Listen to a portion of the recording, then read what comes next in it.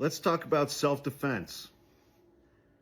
When the defense of self-defense is available to a criminal defendant and when it is not. And I am going to talk about this in the context of ICE agent Jonathan Ross, who, in fear for his physical safety, after doing a lap around the motor vehicle being driven by Renee Good, a 37-year-old mother of three, in that moment where he was in fear for his physical safety, decided that the only option available to him was to put 3 bullets into her head, killing her. And there are some basic principles, I guess would be the word, that are consistent within the legal concept of claiming self-defense after you have used some type of deadly harm against another person, that are consistent all across the United States.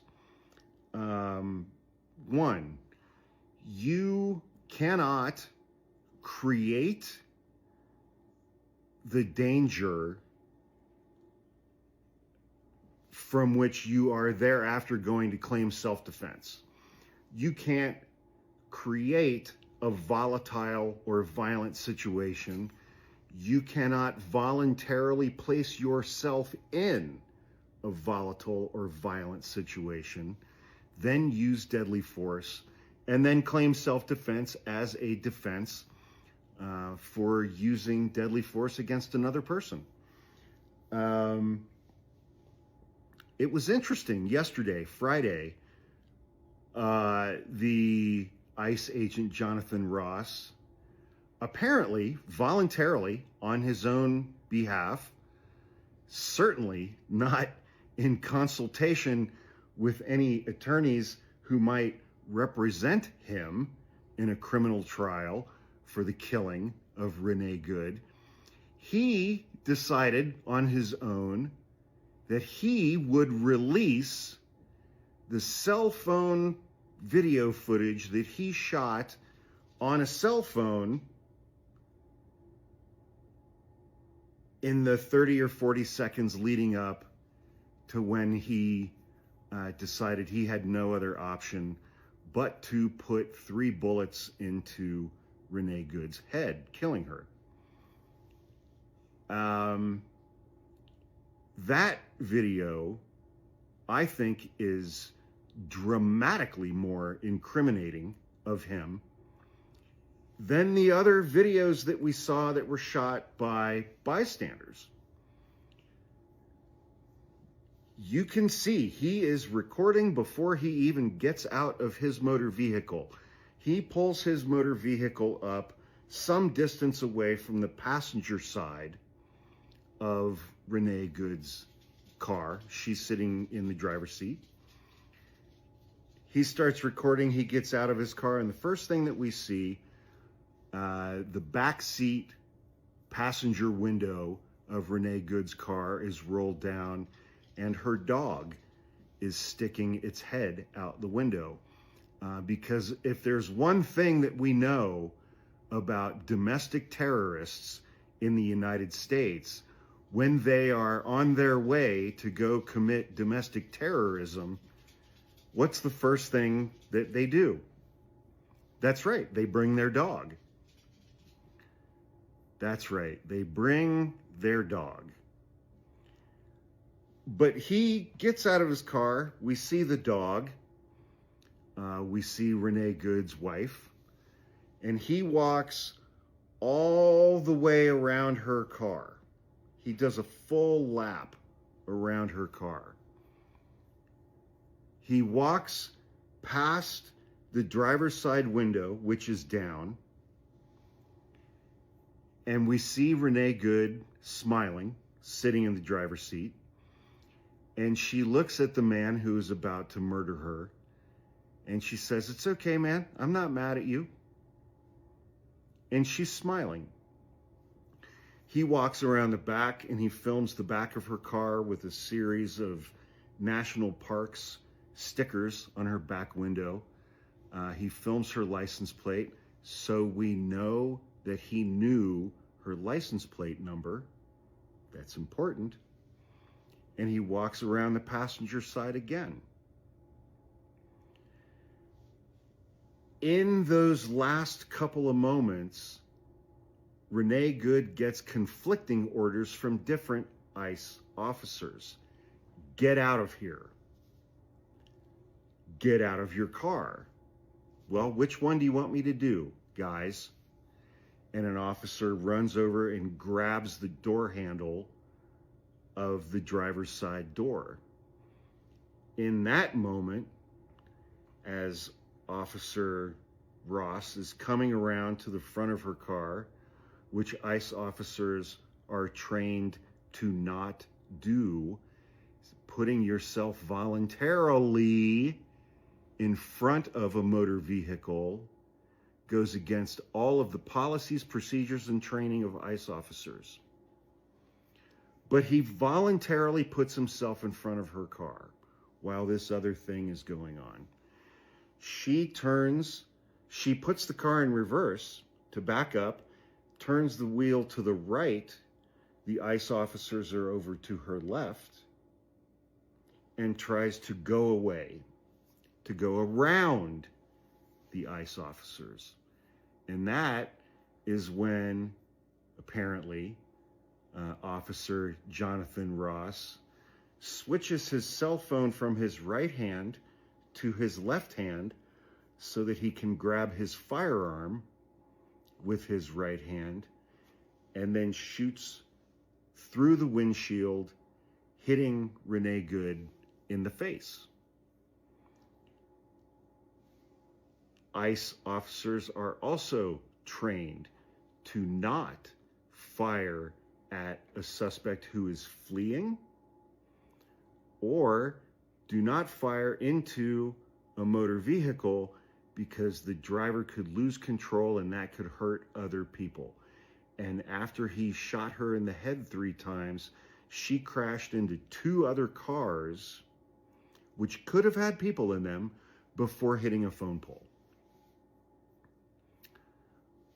But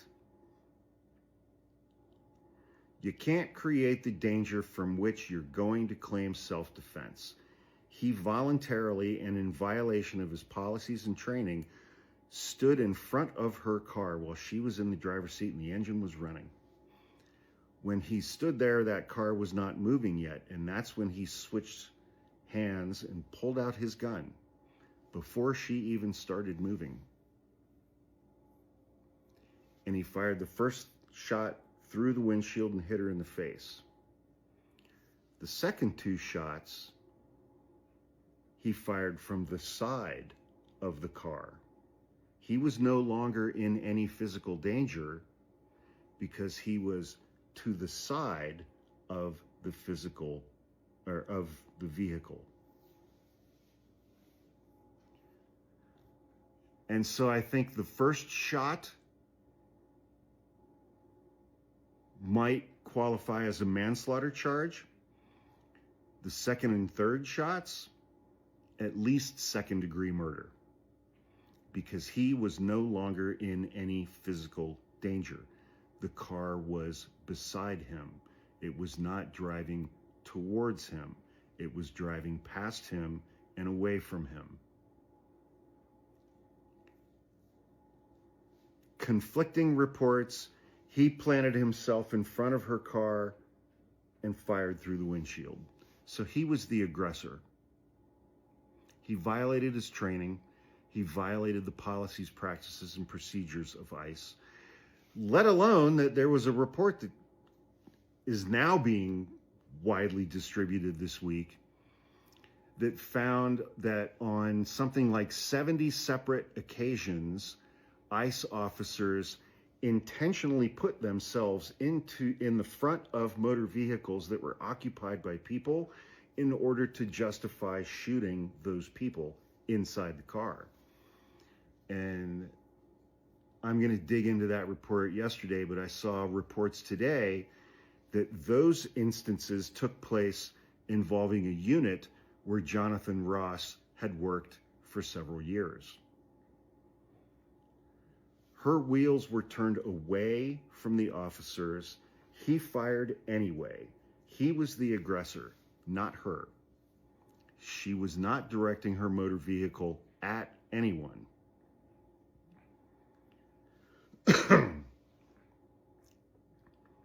You can also lose the defense of self-defense if you use excessive force as a law enforcement officer.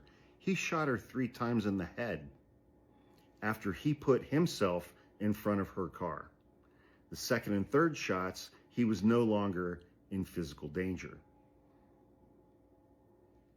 One could make the argument that by circling her vehicle, he provoked her. Provocation. Provocation negates a defense of self-defense. And even after he walked around her car and she was like, "It's okay, man, I'm not mad at you," he still put 3 bullets in her head. He could see both of her hands when he walked past her, and she said that. One was on the wheel, one was on her windowsill. He could see that she was unarmed and not holding a weapon. So even if he believed that she posed some threat to him after he voluntarily put himself in front of her motor vehicle, you cannot claim self-defense after you use deadly force. That can't be a justification for a response to some kind of general future threat to you, because that could be viewed as retaliation. And when you watch the video that he recorded a fucking snuff film. And he was recording content because ICE officials told ICE agents to record videos of the things that they do so that they could post content and go viral. And Jonathan Ross certainly went viral this week, not for the reasons that I think he would have hoped for or suspected would be beneficial to his career as an ICE officer. He executed a 37-year-old mom in broad daylight on a residential street in front of dozens of people who he knew were filming him. He filmed it himself because he wanted to go viral.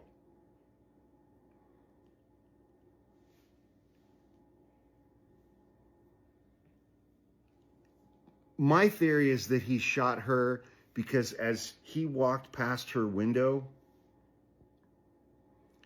she was not sufficiently deferential or fearful of him, his manliness, or his authority over her. She was smiling at him and was like, "It's okay, man. I'm not mad at you." She was not afraid of him. And I think that that made him angry. And I think in that moment, he decided that he was going to kill her. And that's exactly what he did. And after he shot her in the head 3 times and did not go to her or to her vehicle to render aid, he turned around and walked away and called her a fucking bitch.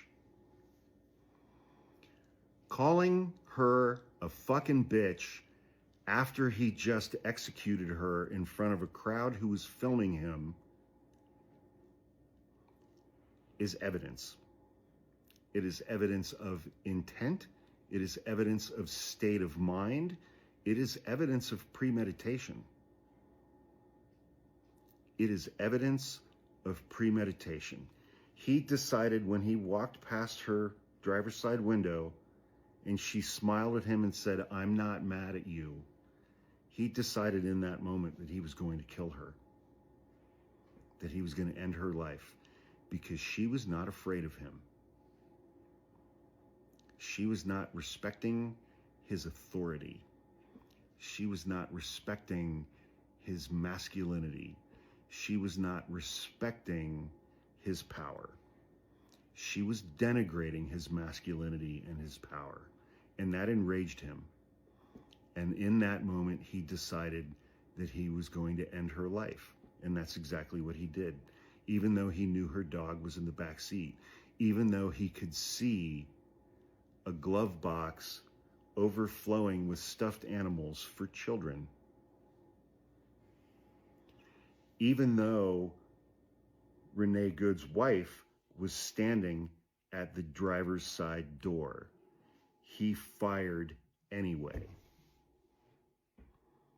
And it's like one of the first things that you learn about gun safety is if you're going to fire your gun at something, you have to be goddamn sure that you know what's behind your target. Because if you miss and that bullet travels, you are responsible for what that bullet hits beyond the target that you just missed.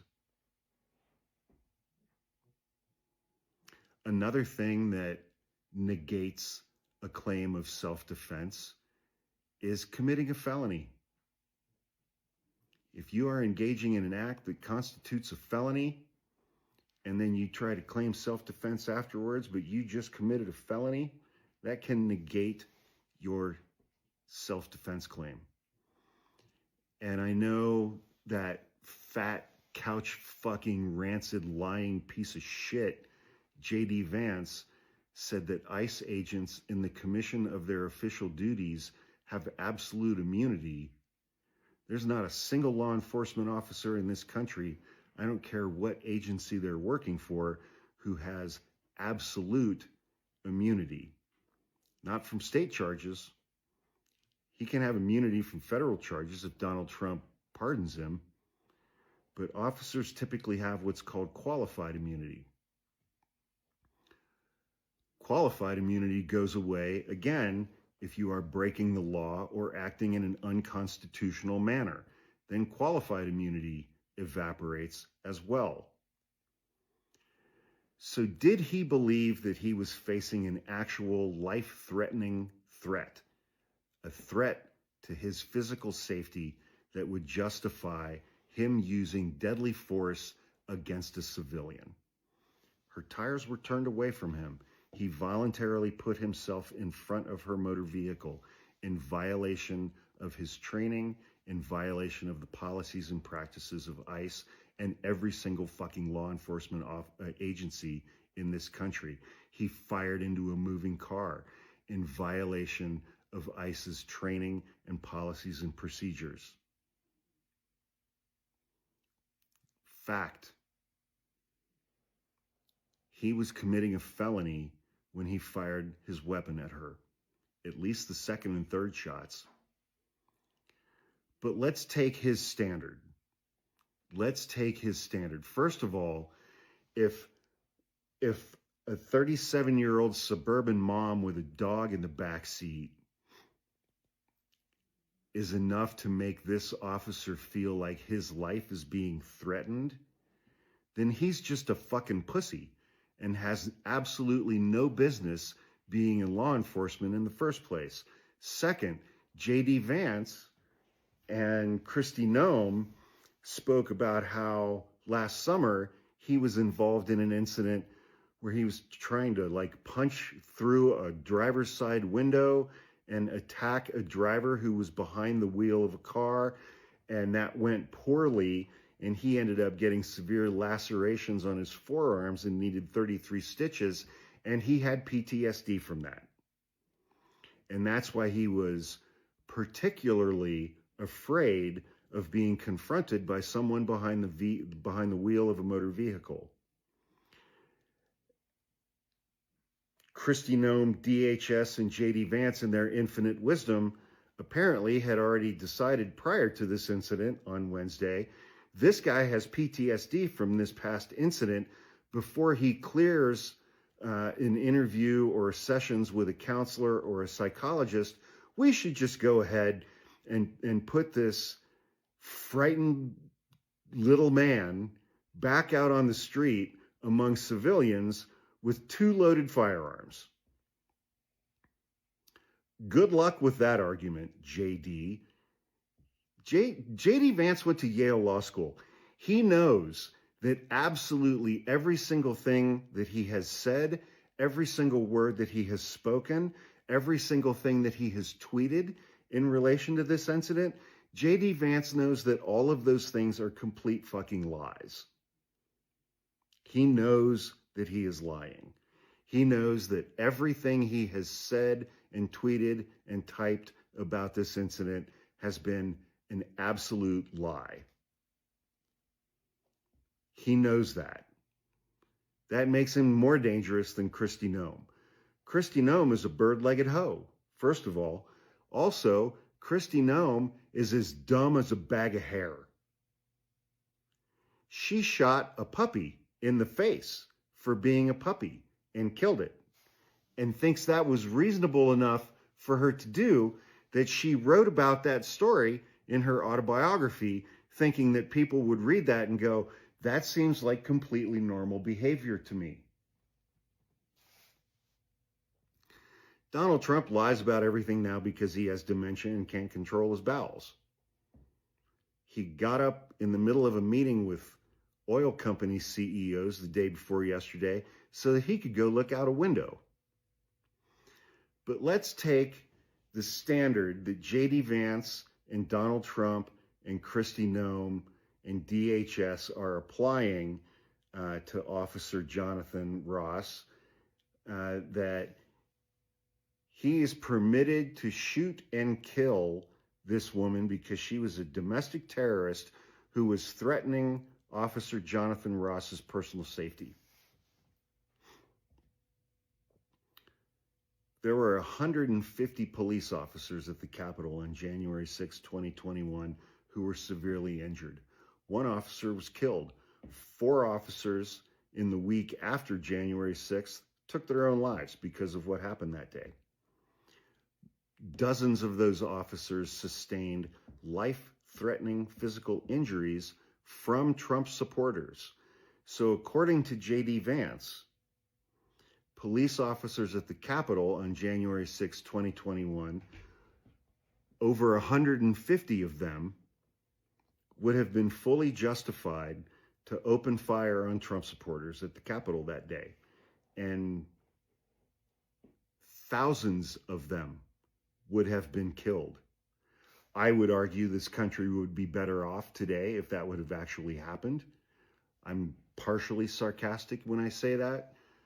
I think those officers took severe physical beatings from supporters of Donald Trump rather than pull their firearms and open fire on the supporters of Donald Trump who were beating the ever-loving fuck out of them.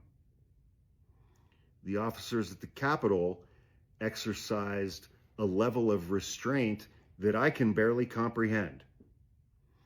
A level of restraint that ICE officer Jonathan Ross apparently has never had at any point in time in his career. He put 3 bullets into the head of a 37-year-old mother of 3 who had just dropped her 6-year-old kid off at school, whose dog was in the back seat of her car. That is how much of an unimaginably weak, frightened, scared, and gigantic fucking pussy ICE officer Jonathan Ross is. Fortunately, the videos that we've seen exist. There were dozens of witnesses on scene who filmed video. There were dozens of witnesses on scene who witnessed the events of that morning. That video is being collected and preserved by Hennepin County District Attorney. I think her name is Mary Moriarty. And I have no doubt that members of her staff are out interviewing and getting witness statements from as many witnesses as they can find to collect and preserve their witness statements as well. Hennepin County District Attorney Mary Moriarty is going to indict ICE officer Jonathan Ross for murder. Whether it's first, second, or third degree, we don't know yet. But that officer is going to be indicted for murder by local authorities. There is nothing the federal government can do to prevent the Hennepin County District Attorney from prosecuting the murder of a citizen who lives in her district, a murder which was allegedly committed by another citizen who lives in her district. The federal government cannot stop that prosecution from happening. He is going to be prosecuted. His best day for the rest of his life is if he ends up getting to live out the rest of his life like Kyle Rittenhouse or George Zimmerman, who killed Trayvon Martin. That's his best case scenario. And then we found out that this immigration and customs enforcement officer who killed 37-year-old mother Renee Good, this immigration officer is married to an immigrant.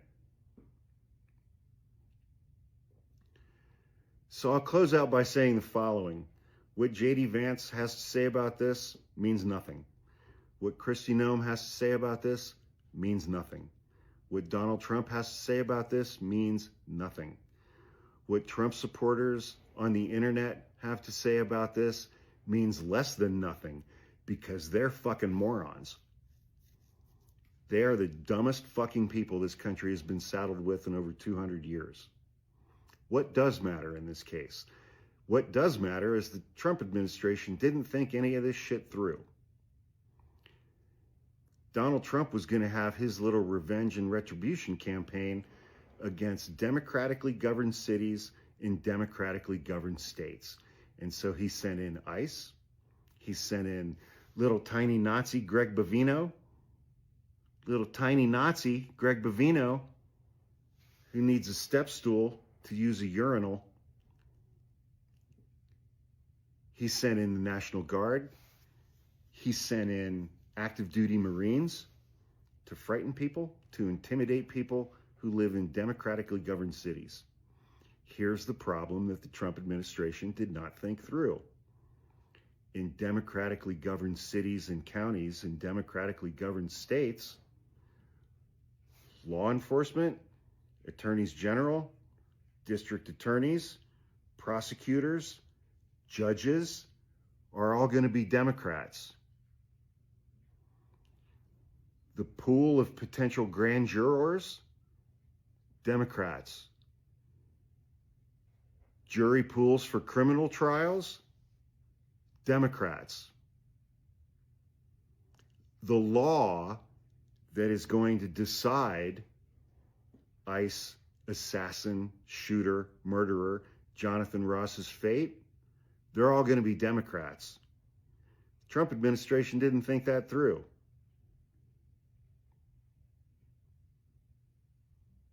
But boy, howdy, I really do think we'd be better off as a nation if law enforcement had opened fire on Trump supporters on January 6, 2021. Be a whole different fucking ballgame. Not opening fire on those people, given what they were doing to law enforcement officers on that day, is almost the equivalent of not punishing the Confederacy after the Civil War. But, you know, what do I know? I'm just a dumb country lawyer. Have a great night.